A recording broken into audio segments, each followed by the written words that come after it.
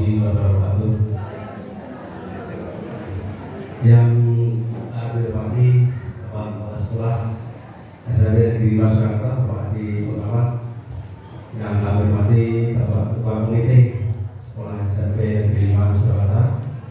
Yang saya hormati Bapak Ibu Guru SMP 5 Negeri Surakarta, dan yang saya hormati pula Bapak Ibu orang tua wali murid SMP Negeri Surakarta.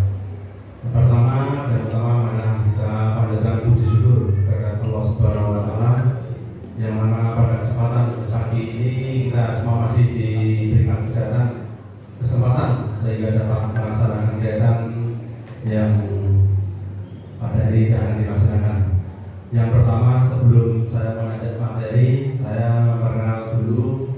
Nama saya Surawan Nurjaya, pangkat itu jabatan di Satlantas Polresta Surakarta selaku Kanit Kamsel Satlantas Polresta Surakarta, dan bersama Kasubit saya, Kasubit 2 Kamsel Pak Ibraganto Aprianto, sarjana hukum, yang mana bagian kami itu di Kamsel itu kan keselamatan, keamanan dan keselamatan tentang berlalu lintas. Jadi mohon izin mungkin ada nanti dari Bapak Ibu guru ataupun dari Bapak Ibu orang tua murid yang ingin mengundang kami sebagai narasumber tentang tertib lantas, mohon silakan mengajukan surat ke Kapolres. Dan mohon izin dari Pak Kasat Lantas, sebenarnya beliau mau hadir pada pagi ini karena beliau ada kegiatan. Kebetulan Bapak RI 1 Bapak Jokowi tadi malam nonton bola, terus tadi pagi baru kembali, terus ini dilanjutkan dengan rapat dengan Bapak PJ Polda di Surakarta. Jadi mewakilkan kami untuk mengisi materi tentang keselamatan, keamanan dan keselamatan.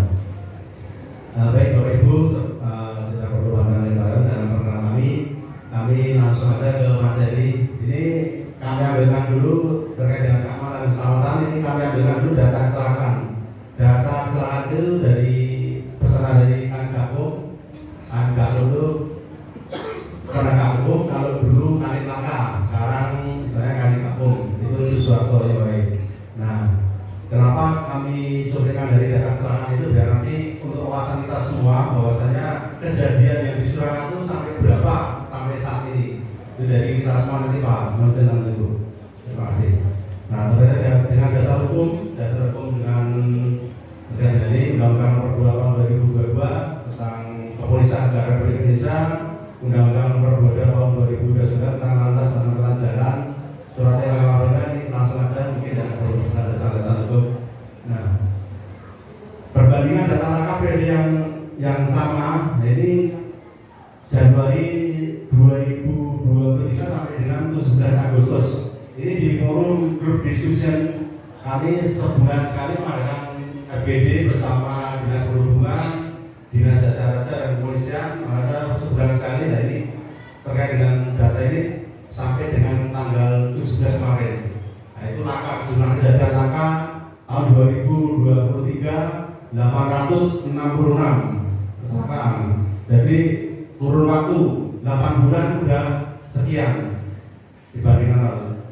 Korban meninggal 2023 sudah 33, itu baru 8 bulan dibandingkan dengan 2022 itu 40, itu 1 tahun 40 sampai 33 berarti kalau nanti tanggal 14 ya kita ada pembarang. Nah terus yang korban luka berat ini kosong, terus luka ringan 956. Nah ini naik karena ada kenaikan jumlah laka juga naik, jumlah korban turun karena belum ada waktu 1 tahun ini beberapa bulan. Nah jenis laka tunggal 250 untuk tahun ini, naik tabrak lari 54, lawan 510, jenis laka tabrak manusia maksudnya berlawanan 50 dan bersama 4. Lalu ya pergerakan waktu kejadian. Nah, kejadian ini 2022 memang pukul 6 sampai dengan 9 karena karakter kita berangkat kerja itu pagi hari, mungkin waktu berangkat tadi pagi hari buru-buru ataupun ada sesuatu dari rumah, pikirannya kita sudah tahu. Yang jelas itu kejadiannya pagi hari di bawah jam 12. Berkaitan usia, nah ini usia itu relatif muda, itu 15 sampai 19 tahun, jadi 30 tahun ke bawah itu usia yang sering terlibat kecelakaan. Berdasarkan pekerjaan swasta, pendidikan korban SMA derajat, dan usia berdasarkan usia pelaku tapi tidak 10 tahun. Berdasarkan pekerjaan pelaku swasta, berdasarkan pendidikan pelaku SMA derajat, dan berdasarkan faktor penyebab laka manusia bukan error. Jadi memang penyebab laka itu dari kita semua, dari manusia ya, karena mungkin faktor terbesar tadi. Yang selanjutnya berdasarkan SIM pelaku dan korban SIM C, berarti kebanyakan sepeda motor yang terlibat, dan kelamin pria. Nah, dari kejadian yang tadi di atas, bahwa setiap minggu dianek dari Pak Kasat Lantas, dari Kanit Gakum laka itu melapor ke Kasat Lantas terkait dengan kejadian laka, terus diteruskan ke Kanit Patroli, Kanit Pamsel, dan Kanit Reden. Tugasnya apa? Kanit Patroli. Nah, di titik rawan atau tempat-tempat yang sering kejadian itu sering dipatroli ataupun sering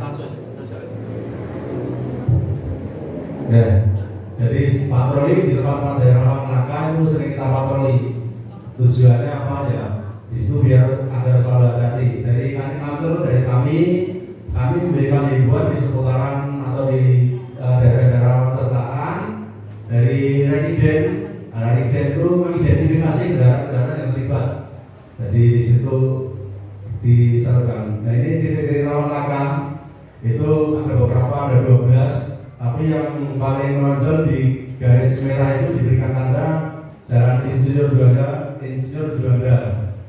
Lampu Limakan itu best spot sama Jalan Ayani. Kenapa? Dari situ sering terjadi kecelakaan. Jadi itu di Jalan Simpang Muda ada juga nomor 9, tapi tidak garis merah. Jalan Sebuah Muda dari Simpang Jaga Gunung Kawi sampai dengan Pol Bensin Mojokerto. Di sana berarti. Oke, lanjut Ibu kondisi. Mungkin nanti ya kan. Nah, mungkin dari data-data tadi bisa dianalisis bahwasanya faktor kecelakaan itu disebabkan dari human error. Human error itu dari kita semua. Jadi kaitannya dengan pertemuan ada keamanan dan keselamatan pada pagi ini, bahwasanya memang berdasarkan pasal 77 tahun nomor 22 tahun 2029, bahwasanya setiap pengemudi kendaraan wajib memiliki SIM. Jadi mohon izin Bapak Ibu, mungkin saat ini putra putrinya yang belum memiliki SIM itu seyogyanya dilarang dulu untuk mengendarai. Malah kadang-kadang dari kita sendiri, dari orang tua itu merasa bangga kalau anaknya sudah bisa mengendarai kendaraan, anaknya sudah bisa mana sendiri dengan kendaraan. Padahal itu sebetulnya malah menjerumuskan anak. Jadi menjerumuskan anak ke hal-hal yang tadi kejadian dan laka, mengakibatkan kecelakaan. Tujuannya saya dalam berangkat ke sekolah, kalau dulu mungkin kita itu malah sambil olahraga ke sekolah jalan kaki ataupun naik sepeda onrel bersama teman-teman, malah lebih meriah itu. Mungkin dulu kita 5 kilo, 3 kilo itu jalan kaki biasa untuk berangkat sekolah. Coba di daerah saya asli belum itu nggak bisa Bapak. Jadi pegunungan juga, kalau pegunungannya sini mungkin tidak sekering Gunung Kidul. Saya asli Gunung Kidul. Jadi saya mengalami sekolah memang jalan pernah, sepeda orang juga pernah. Jadi tolong dari bapak-bapak ini kebetulan ada pertemuan ini nanti terima kasih kami sudah diundang di sini. Kalau anak-anaknya kita didik berdisiplin, jangan diberikan manja oleh jalan, diberi kesempatan. Mungkin Pak, saya sudah sekolah di SMP ini, saya tak bawa motor sendiri. Itu tidak boleh, karena apa? Itu belum secara hukum, itu belum memiliki surat izin mengemudi. Karena apa? Di situ tidak boleh usia 17 tahun baru bisa memiliki SIM. Karena pada usia remaja tidak ke dewasa, itu pikiran anak-anak itu apalagi SMP ini kan belum, masih labil. Mungkin emosionalnya masih labil. Mungkin di sekolah tadi ada terjadi cekcok dengan temannya, pulang tersegi ngebut, terus di sekolah tantangan dengan teman-teman, nanti kita balapan di sana, itu juga bisa mengakibatkan kecelakaan. Nah, dari hal itu dengan menjaga nambah pikiran dan dorongan Bapak Ibu semua. Udah diberikan motor, jam waktunya pulang jam 2 mamanya udah pulang, tapi belum pulang sampai sore belum pulang. Nah, mendapat pikiran Bapak Ibu juga. Itu dari beban pikiran. Dari akibat dari kecelakaan, mungkin kalau terjadi kecelakaan nanti yang dihadapkan oleh Bapak Kepala Sekolah nanti menabrak pagar rumah orang, tidak berani pulang, tidak berani melakukan, itu suatu tadi tanggung jawab emosional anak, pikirannya belum labil, masih labil, belum dewasa. Jadi terjadi apa-apa masih takut. Itu baru sedikitnya. Nah, terkait di jalan raya, terkait di jalannya mungkin kalau melihat Pak Polisi, padahal Pak Polisi cuma pengaturan, udah takut duluan, lari, akhirnya terjadi kecelakaan. Nah, itu akibat dari itu semua. Anak-anak kita, sehingga kita larang bila berangkat sekolah, kita larang untuk menggunakan kendaraan, karena di sekolah sendiri kan tidak ada tempat parkir. Parkir pasti mengganggu lingkungan juga. Lingkungan pasti terganggu karena mungkin setiap anak dari kelas 8 ini ada mungkin dari 100 lebih Pak ya, 100 lebih menggunakan kendaraan, parkirnya tidak ada, akhirnya kan di kampung-kampung, di daerah-daerah, akhirnya mengganggu lingkungan juga. Nah, itu kewajiban kita sebagai orang tua ya sebenarnya mengantar, fasilitasnya kita mengantar. Kalau enggak, kita sekarang fasilitas sudah banyak, termasuk ada Gojek, angkutan umum juga. Saya kira pemerintah Kota Surakarta ini memfasilitasi juga. Terkait dengan itu, dengan donasi, kan dengan adanya pemerintah mengadakan donasi kan mungkin itu kan di sekitar sini saja, mungkin paling tidak, saya rasa mungkin tidak ada 3 kilo lah yang kalau nah, 3 kilo mungkin paling jauh mungkin 3 kilo lah ya, mungkin kalau 1 kilo Pak. 1 kilo itu kalau jalan kaki kita balik udah olahraga, bisa olahraga, bisa menambah pergerakan kita. Nah, tapi itu semua akibat dari kemajuan zaman. Kita dipermudah dengan kemajuan zaman, akhirnya ya kita ambil dampaknya aja. Dari Bapak Ibu semua udah bawa motor sendiri dan aman. Nah, itu sebenarnya tidak boleh, dilarang karena nanti belum memiliki SIM. Di dalam Undang-Undang Nomor 2 Tahun 2009 pun disebutkan bahwasanya pasal 281, setiap pengemudi kendaraan wajib memiliki SIM, dan kalau tidak memiliki SIM itu akan dipidana 4 tahun, maksimal 4 tahun, dan kurungan 4 tahun, denda maksimal 1 juta. Itu silakan dibuka di Undang-Undang Nomor 2 Tahun 2009 itu ada. Jadi itu semua nanti kan kalau sudah ditilang, sampai ada ditilang, jadi kan itu melibatkan bapak ibu juga akhirnya. Kadang-kadang anak juga tidak berani bilang ke orang tua. Pak tadi di sana di Pak polisi tidak berani bilang ke orang tua. Akhirnya berbagai alasan anak itu bagaimana caranya orang tua mengetahui sendiri. Nah terkait itu juga mungkin dari saat ini dalam penggunaan HP dari kawan-kawan mewajib anak-anak juga dikontrol betul. Karena apa? Karena saat ini anak-anak milenial ini fasilitas untuk penggunaan HP sangatlah mudah. Konten-konten ataupun video-video yang di HP itu banyak yang menimbulkan kita kadang-kadang ada yang benar atau tidak langsung di-upload ataupun yang mengarah ke sana mempelajari itu juga dapat mengakibatkan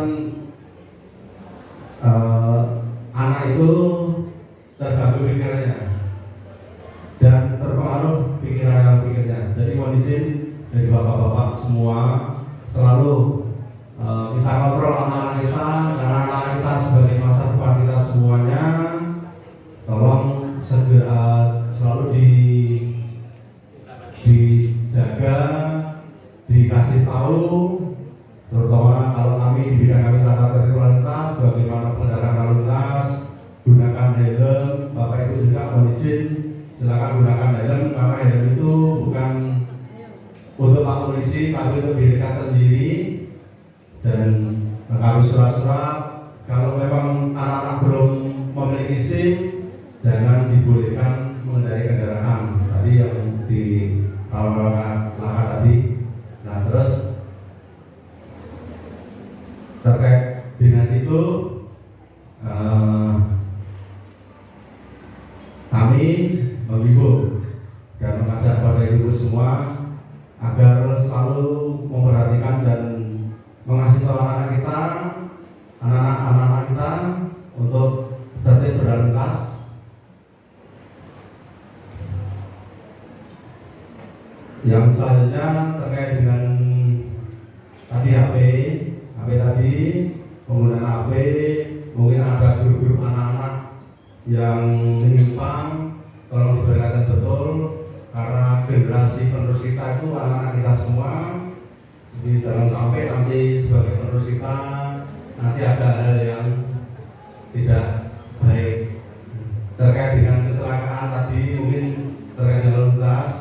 Mungkin kalau anak-anak kita sudah terlibat dengan kecelakaan itu, ya kalau luka ringan ini tidak masalah sama kayak itu ya. Tapi kalau sudah lukanya luka berat ataupun ada catatan, sayang anak kita, generasi kita mungkin seterusnya menanggung beban murah karena kecelakaan tadi. Mungkin dari sekian banyak yang perlu kami sampaikan, dan mudah-mudahan ada beberapa waktu ada kegiatan yang lain di kantor atau apa?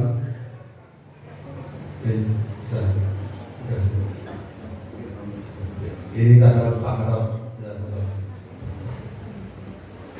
Bismillahirrahmanirrahim. Assalamualaikum warahmatullahi wabarakatuh.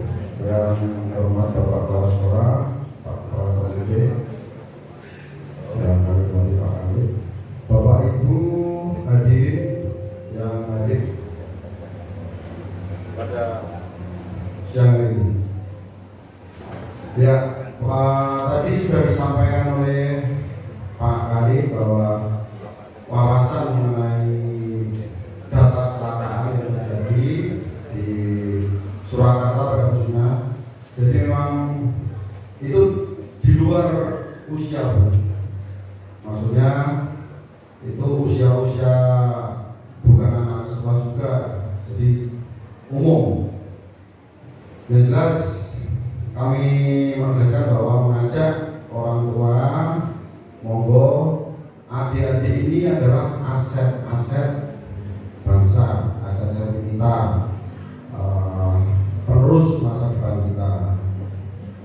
kami dari kepolisian, dari sekolah, terlebih Bapak Ibu guru semua, Bapak Ibu wali murid mempunyai tanggung jawab kepada adik-adik kita ini.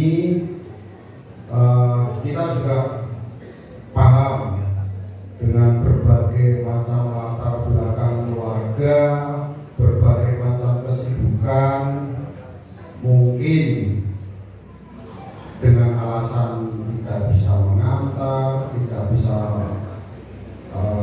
bisa mengawasi setiap saat. Minimal kita ada, jadi gini, yaitu semua fenomena yang terjadi seperti itu. Adik-adik ini belum waktunya naik motor. 17 tahun ke atas pun yang sudah memiliki SIM pun bisa mengalami kecelakaan. Apalagi yang belum punya SIM, belum layak untuk naik kendaraan. Jadi silakan pola pikir kita sebagai orang tua sedikit diluruskan bahwa ketika anak-anak ini sudah bisa naik motor, jangan kita berbangga. Justru kita was-was ketika naik motor itu malah justru perginya jangkauannya lebih jauh, risikonya lebih tinggi. Belum lagi faktor keselamatannya sudah menjamin apa belum, seperti helm, keadaan sepeda motor, jalan raya. Kita kan tidak bisa mengawasi itu satu persatu. Jadi sesuai dengan program pemerintah adanya zonasi itu pastinya lebih ke terdekat sekolah itu areanya lebih sempit, jadi meminimalisir pergerakan adik-adik ini ke kawasan yang lebih jauh. Jadi mungkin kalau bisa dijangkau dengan sepeda, silakan disarankan untuk naik sepeda. Kalau memang bisa diantar, silakan diantar. Kalau memang ada angkutan umum, alangkah baiknya naik angkutan umum. Jadi memang jadi sarana dan prasarana yang ada silakan dimaksimalkan. Yang pasti itu semua ada keterbatasan. Peran orang tua dan kita dari kepolisian dan sekolah untuk mengawasi adik-adik ini lebih bisa ditingkatkan. Kemudian mudah-mudahan kehadiran kami di sini bisa membuka wawasan Bapak Ibu semua tentang fenomena yang ada ini, adik-adik ini. Jadi ke depan kejadian-kejadian yang tidak kita inginkan seperti kejadian yang terakhir kemarin ada kecelakaan tunggal dari adik kita ataupun kejadian-kejadian yang lain bisa diminimalisir. Saya kira itu. Yang pasti coba kita berpikir rasional saja. Naik numpak sepeda ini paling tiba lecet. Kalau naik motor, patah sudah pasti. Kemungkinan terburuk, mohon maaf, bisa mengakibatkan meninggal dunia. Kan seperti itu. Jadi sebagai orang tua untuk menjaga adik-adik kita ini yang mana mereka adalah generasi bangsa, marilah kita rotok tegel sedikit sama anaknya, tidak masalah. Kalau memang enggak naik motor ya jangan, resikonya tinggi, udah itu saja. Karena jenengan turutin terus ya pasti seperti itu, maunya lebih. Sekarang naik motor katanya dekat nanti main yang lebih jauh resikonya lebih tinggi lagi, kan seperti itu. Karena di jalan ini kan kita tidak tahu, saya hati-hati baik juga bisa kecelakaan. Apalagi saya bocah lebih 17 tahun masih belum ada. naik motor bertiga, orang ambil helm, kan gitu. Disalib sini orang gelem, kan seperti itu. Jadi emosi yang labil di usia-usia yang seperti ini, di bawah 17, itulah alasannya kenapa SIM harus 17 ke atas minimal yang sudah ber-KTP. Alasannya emosional seseorang di usia demikian sudah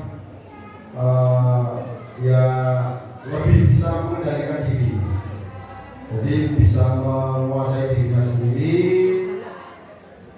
bisa membawa diri. Jadi ada muncul untuk surat izin mengemudikan. Saya itu mudah-mudahan bisa diterima